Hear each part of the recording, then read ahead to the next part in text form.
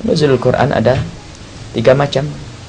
Yang pertama turunnya Al-Quran ke Lauhil Mahfudz. Kemudian ada nuzulul Quran yang kedua, yaitu dari Lauhil Mahfudz ke Sama'id Dunya, ke langit dunia, yaitu pada bulan Ramadan. Ada yang mengatakan yaitu pada malam 17 Ramadan.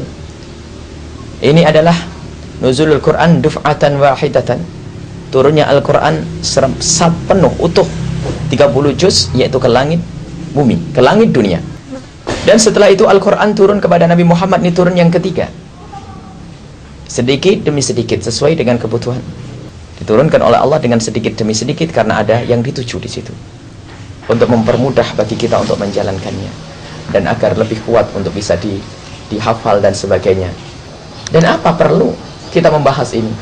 Yang perlu kita bahas adalah bukan turunnya Al-Quran ke Lauhul Mahfudz atau turunnya Al-Quran ke Sama'id Dunya, ke langit dunia, bukan turunnya Al-Quran kepada Nabi Muhammad, karena ini semuanya adalah sudah beres. Akan tapi turun yang keempat, inilah yang harus kita bicarakan, yaitu turunnya Al-Quran ke hati kita masing-masing. Bagaimana kita dengan Al-Quran? Sudahkah Al-Quran kita turunkan di hati kita? Jangan sampai kita ini orang yang hanya membaca Al-Quran ternyata hanya di lidah. Nabi Muhammad pernah menyebut ada orang bisa menghafal Al-Quran, membaca Al-Quran, akan tapi tidak melewati tenggorokannya, karena ilmunya hanya ilmu otak saja, tidak sampai turun ke hati.